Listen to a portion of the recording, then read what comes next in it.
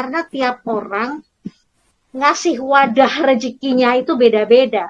Ke Allahnya aja, ya cuma seperti begitu, kayak orang kerja cuma ngisi absen doang, ya nggak usah nuntut Allah baik, nggak usah nuntut terlalu banyak gitu loh. Sementara ada banyak orang yang mulai memperbesar wadah, memperbaiki ibadahnya, memperbaiki perilakunya, upgrade dirinya. Ini kalau didengar, dibaca oleh istri-istri yang merasa selalu benar, dia akan bilang Allah nggak adil. Sesekali manusia itu memang harus dijatuhin batu gitu, biar dia tuh noleh ke atas gitu, biar dia ngelihat sama Allah gitu, biar dia dangak, biar dia gitu.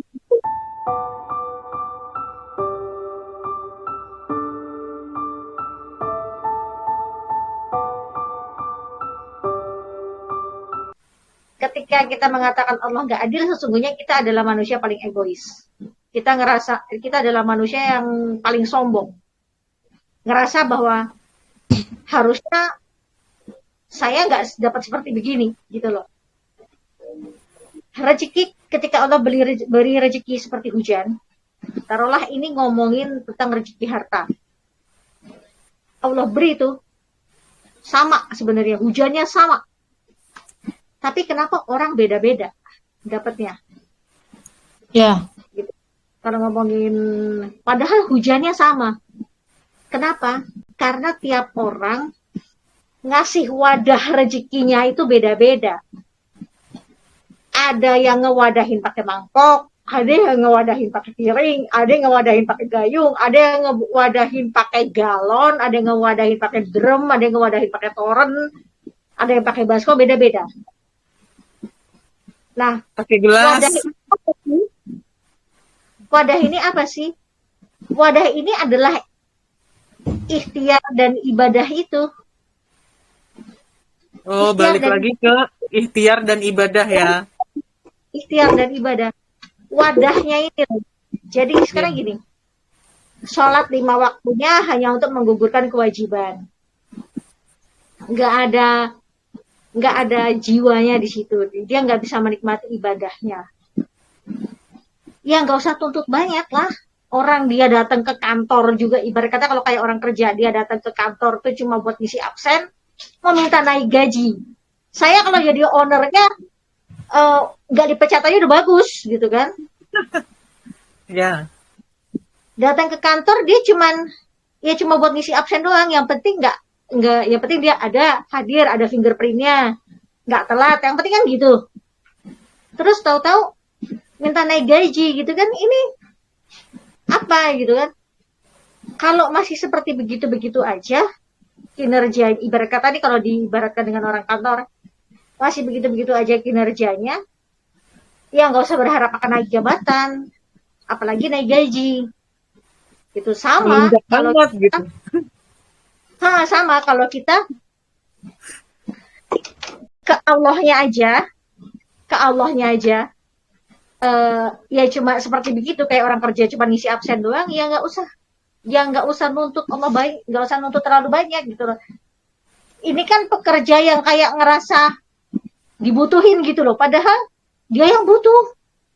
Yeah. Sekarang ini, apalagi di era sekarang ini, di era dimana AI makin merajalela. Hati-hati manusia, jangan banyak sombongnya, gitu kan? Jangan banyak sombong. Digantikan dengan AI, nggak usah kebanyakan demo. Daripada kebanyakan demo, mendingan pikirin bisa berinovasi apa, bisa berkreasi apa, gitu. Karena nggak usah kebanyakan nuntut, karena orang tuh belum tentu butuh kamu gitu loh. Tapi harusnya kita menjadikan orang butuh kita, bukan kita merasa orang butuh kita. Iya. Kita menjadikan orang butuh kita, berinovasi apa, berkreasi apa, kan itu yang dibutuhkan. Sekarang persaingannya dengan apa? Dengan robot, dengan AI. Persaingannya dengan itu. Itu bagian dari ikhtiar tuh. Bagian dari memperbesar wadah tuh. Ya kan? Ikut training. Ikut training yang gratisan, dia nggak nyimak. Disuruh bayar, Dia Pelit. bilang ada uang, itu kan Mikir-mikir duitnya dikasih sayang. duitnya sayang, dikasih peluang usaha, dia bilang susah, nggak Udah ada ini duluan. nggak udah Udah nggak ada peluang usaha, dia bilang nggak ada kesempatan. Terus ini orang-orang yang seperti ini, di mana wadahnya ya itu aja. Terus ya udah rezekinya itu aja. Sementara ada banyak orang yang mulai memperbesar wadah, memperbaiki ibadahnya, memperbaiki perilakunya, upgrade dirinya. Itu kan dia memperbesar wadah dia. ya. Yes, betul. Sementara dia cuma sibuk nyari alasan ketika orang bilang, coba kamu coba yang ini, coba kamu coba yang ini, coba kamu begini. Dia sibuk nyari alasan. Padahal orang-orang sudah upgrade di semua lini, di semua ranah, upgrade ibadahnya, upgrade pribadinya. Sementara dia masih aja julid di sosmed gitu, kapan mau berubah hidupnya gitu. Ibaratnya orang udah sampai di lantai yang paling atas, dia masih aja di bawah. Dia masih di bawah. Kadang dia malah nggak naik, malah turun lagi. Udah naik 1 tingkat, turun lagi. Iya, malah ke basement. Sampai di Nah, basement dia bingung. Terus nanti dia nyalahin yang buat gedung. Iya betul. Jadi sebenarnya seperti itu.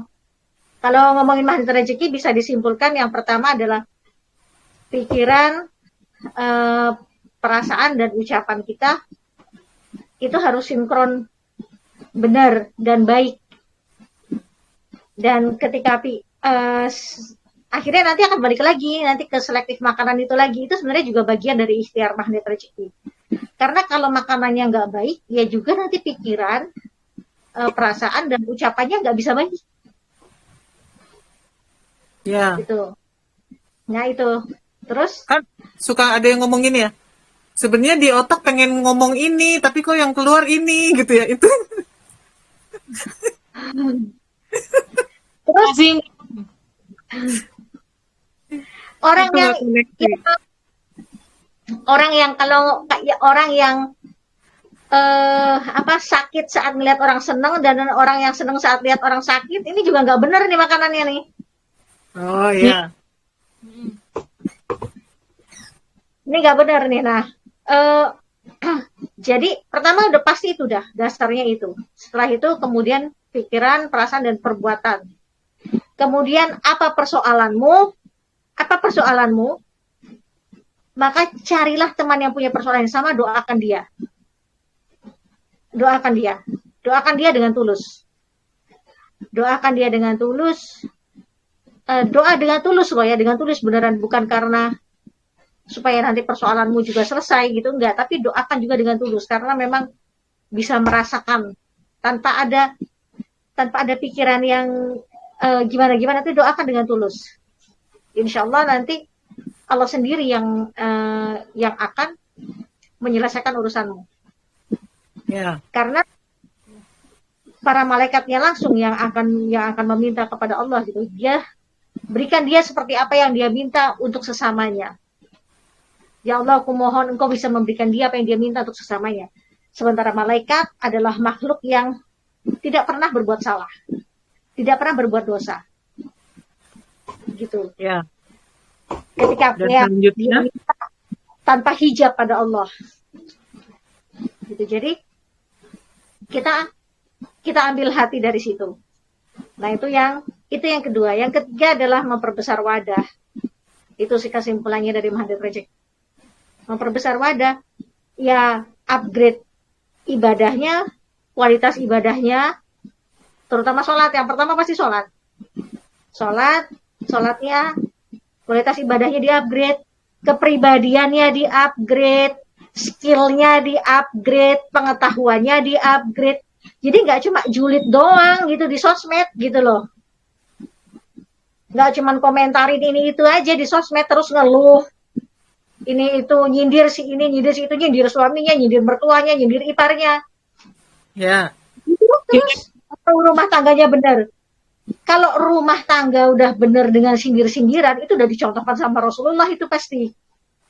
sindir aja terus itu kan orang-orang gitu kan.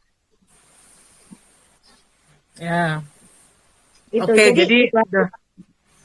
udah jelas ya 3 hal itu ya. Magnet rezeki. It's- ya itu Oke. jadi magnet rezeki untuk awal ya, untuk di awal yaitu yang pertama adalah pasti selektif di makanannya, kemudian yang kedua adalah sinkronkan pikiran, eh, perasaan dan kemudian perbuatannya itu sinkronkan. Gitu. Ini Yang saya pernah ketiga, ada cerita dulu nih ya pas yang di sini. Nanti dulu yang ketiga. oke. Anak saya yang pertama, jadi dia tuh makan nasi goreng. Ternyata nasi goreng ini sebenarnya udah basi. Tapi dia makan tuh sampai habis. Dia makan sampai habis, terus dia bilang ini, ini nasi gorengnya rasanya unik loh, katanya dia bilang. Mami kasih jeruk ya? Dia bilang. Jeruk? Rasanya kan agak asam-asam gitu. Jadi di pikiran dia, nasi goreng itu dikasih jeruk. Makanya rasanya agak asam gitu. Dia nggak berpikir kalau itu basi. Iya, iya. Dia nikmatin tuh. Jadi dia bilang rasanya unik. Enak juga sih, gitu. Itu ada gurih-gurih asamnya, katanya dia gitu. Karena apa? Di pikiran dia, itu dikasih jeruk. Kalau di pikiran dia basi, dia pasti udah buang. Tapi di pikiran dia itu dikasih jeruk. Habis. Dan nggak bikin sakit. Itu rezeki loh. Ya, rezeki. Itu rezeki. Walaupun dia dan rezeki ketika dia berpikiran Positif dong. positif gitu kan. Ya. Ketika dia berpikiran positif. Ini sebenarnya juga bisa digunakan oleh para istri untuk selalu berpikiran positif ke suaminya gitu kan. Kalau mikirnya suaminya selingkuh beneran loh. Ya. Ya kan itu. Allah beserta prasangka hambanya gitu kan. Ya, Jadinya kalau udah mengiranya begitu, ya udah. Gitu. pernah ada lagi gini. Ini jangan katakan Allah tidak adil. Seorang istri, Sendirinya yang mikir begitu. ya, seorang istri, dia tahu suaminya itu selingkuh. Dia tahu suaminya itu suka, pokoknya dia nggak bener. Entah apa yang ada di otaknya, dia apa? Kayak dia pura-pura nggak tahu. Tapi setiap kali suaminya pergi pakai mobil itu, dia selalu bilang, celaka kamu. Suaminya nggak celaka-celaka. Sampai suatu ketika, entah mereka terlibat pertengkaran hebat. Si istri ini kabur, pakai mobil itu, dia celaka. Ini kalau ini real ya, ini cerita real dan ini diangkat ini di Magnet Rezeki. Di bukunya Pak Nas pun ada. Jadi ini cerita real. Ini kalau didengar, dibaca oleh istri-istri yang merasa selalu benar, dia akan bilang Allah nggak adil. Istri-istri yang tersakiti. Istri-istri yang selalu merasa tersakiti, Allah nggak adil. Ya. Saya tidak membenarkan suaminya yang selingkuh, enggak. Kita tidak tahu pelajaran apa yang sedang Allah berikan juga pada suaminya, kita nggak tahu. Tapi kenyataannya, ketika si istri ini tidak menyelesaikan persoalan dia dengan suaminya dengan benar ya, bukan baik. Dia diam. Jadi orang mengatakan baik atau apa nggak ngerti, karena baik belum tentu benar, tapi kalau benar udah pasti baik. Tapi dia tidak menyelesaikannya dengan benar. Setiap kali suaminya pergi, dia sumpahin untuk celaka. Ya, sebenarnya kan itu balik ke dirinya sendiri, maksudnya gitu kan? Dia balik ke dirinya sendiri ya. Oh. Dan ternyata yang celaka dia, bukan karena Allah membela yang selingkuh, enggak, saya yakin enggak. Ya, Karena ada selingkuh hal itu, yang kita nggak tahu lah, ya. iya. Nah, ada lagi ibu-ibu nih, ibu-ibu. Sama suaminya juga juga selingkuh. Cerai mereka. Cerai, terus si ibu ini curhat sama saya. Cerai, dia nikah sama selingkuhannya dan selingkuhnya itu sama temannya dia sendiri, sama temannya si istrinya ini sendiri. Ya, Kok saya lihat hidup mereka malah bahagia-bahagia aja ya Mbak Iren. Saya jadi ngerasa Allah itu nggak adil. Kan ibu yang ngelihat hidupnya bahagia. Ibu nggak ngerasain apa yang mereka rasakan di dalamnya seperti apa. iya, Gitu. Dan lagi pula kenapa ibu harus fokus ke kehidupan mereka. Mereka terlihat bahagia ya karena ibu fokus ke kehidupan mereka. Coba ibu fokus ke perbaikan diri ibu sendiri. iya. Fokus aja ke diri sendiri gitu kan? Fokus ke diri sendiri aja. Nggak usah pusingin mereka. Mereka mau Iya, bahagia, mereka mau jungkir balik, mereka mau apa. Udah, kan sudah divorce, sudah cerai. iya, Ibu fokus aja ke diri sendiri. Tapi saya itu masih berdedek di sini katanya itu kan. Karena orang Jawa kan dia ngomong masih berdedek di sini. Ya wajar, saya tahu. Tapi kalau itu terus dipelihara, itu berdedeknya itu di sini, maksudnya rasa sakit hatinya terus dipelihara, lama-lama wah, kan itu akan jadi jadi kusut. penyakit. Gitu, dan nggak bagus buat dirinya sendiri, nggak bagus gitu ya. Nah, iya, Eh, jadi penyakit kan? Jadi jadi penyakit. dan akhirnya nggak rezekinya nggak ketarik, magnetnya nggak ada, magnetnya Iya, iya. hilang karena pikiran dia, rasa dia, pikiran dia itu hanya fokus ke mantan suami sama selingkuhannya, sama mantan selingkuhannya, karena selingkuhannya kan udah jadi istri. Jadi sama mantan selingkuhannya, mantan suami dan mantan selingkuhannya, rasanya dia di sini dia bilang bededek gitu kan, hatinya jadi Mantan sakit kan. temen pula. Kan tadi mantan temen. Nah, terus yang diucapkan itu jadi nggak bagus. Ya, Maka eh, reaksi alam reaksi alam juga nggak bagus ke dia. Kalau ya. seperti begitu, itu kita memberi hijab pada rezeki yang akan datang. Rezeki yang mau Kalau datang jadi ada batasan terhijab gitu loh. itu Uh, masuk ini nggak sih apa? Kayak merasa teraniaya misalnya gitu. Istri-istri iya, yang tersakiti gitu. Kalau kalau aku sih punya prinsipnya gini sih, apa? Kalau kita merasa teraniaya kan disuruhnya doa karena memang nggak ada hijabnya gitu kan, doanya tuh langsung didengar Allah kan gitu kan. Nah iya. kebanyakan orang itu kan ketika Hmm, tersakiti gitu atau merasa teraniaya doanya malah doa jelek. Nah kalau iya. aku anggapnya justru itu tuh sebenarnya kita lagi dapat golden ticket loh, jadi harusnya kita doanya baik. Aku anggapnya gitu. Ini Dan kalaupun pelajaran kita dari bisa kehidupan ya. misalnya begini, uh, seperti doanya Bang Beni itu loh. Ya, Uh, apa? Jadi atau misalnya atau seperti doanya Nabi Ayub itu yang mengatakan yang cuma bilang gini, ya Allah, Engkau Maha Pemurah dan lagi Maha Penyayang, gitu kan? Engkau lagi Maha Pengasih dan aku merasakan kasih sayangmu. Itu karena apa, doa sebegitu sungkannya gitu. Sebenarnya pengen ngomong, pengen minta aku sembuh, aku pengen sembuh ya Allah gitu kan. Tapi itu doa ya. sungkan tuh ya, doa sungkan karena beliau nabi. Tapi kita juga bisa minta gitu kan, misalnya dengan Allah, saya sakit ya Allah, tapi tolong sembuhkan saya karena ya hanya aku yang bisa menyembuhkan saya. Atau cerita semuanya gitu, cerita semuanya. Dan kalau ini semua yang terjadi ini karena engkau menegur saya,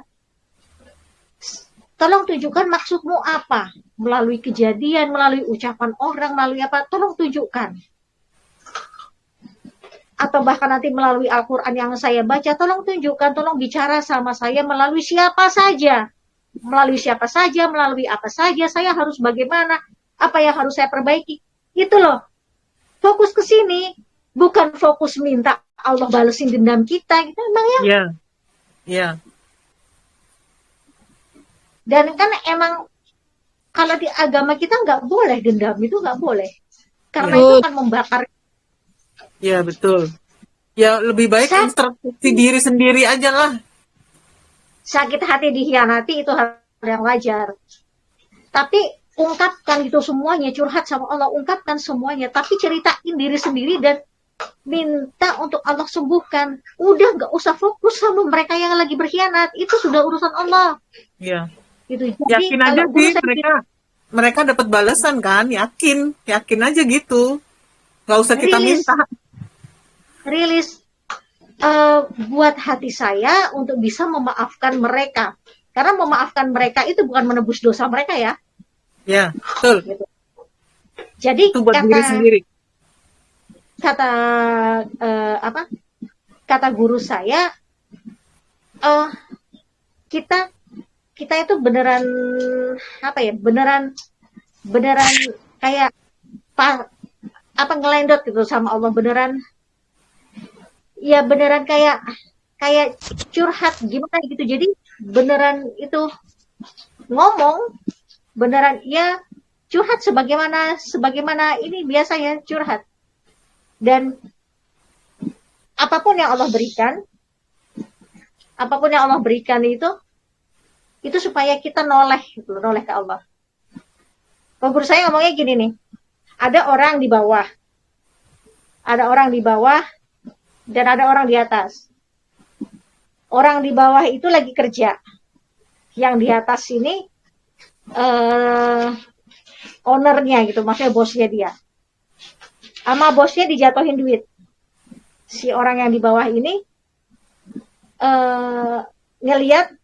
dilihat duit, dia ambil, duit gitu kan, kok ada duit gitu jatuh gitu kan. Terus tapi dia nggak nengok ke atas, dia sibuk tuh ngambilin duit yang dijatuhin gitu dari atas, sibuk. Suatu ketika sama yang orang yang di atas dijatuhin batu kerikil, pluk, kena gitu sama kepalanya. Baru dia noleh ke atas.